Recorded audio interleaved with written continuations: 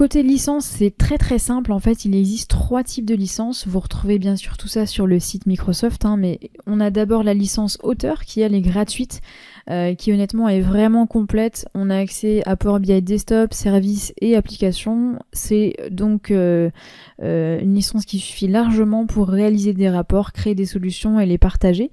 Donc si votre cas n'a pas de spécificité particulière, que vous n'avez pas besoin de mettre à jour vos données très très très régulièrement et que vous avez des données qui sont dont l'accès en tout cas n'est pas compliqué, c'est une offre qui suffit largement.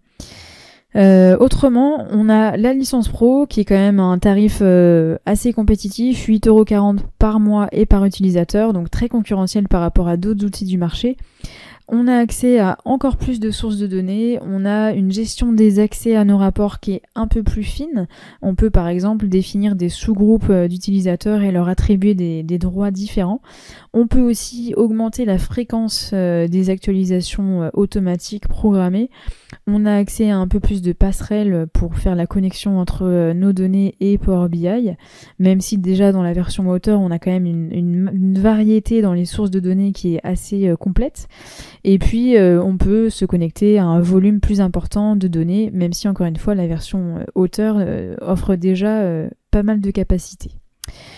Enfin, on a la licence premium, donc ça c'est vraiment du tarif sur mesure, c'est un package qui est dédié à une organisation. Généralement, ce sont de grosses organisations qui ont besoin d'un cloud dédié ou qui ont vraiment plusieurs dizaines d'utilisateurs qui vont souscrire ce type d'abonnement. Ça donne ensuite accès, c'est chose aussi importante, à Power BI Premium et Power BI Pro et Power BI Embedded. Donc ça peut être aussi une raison qui justifie l'achat de cette licence Premium.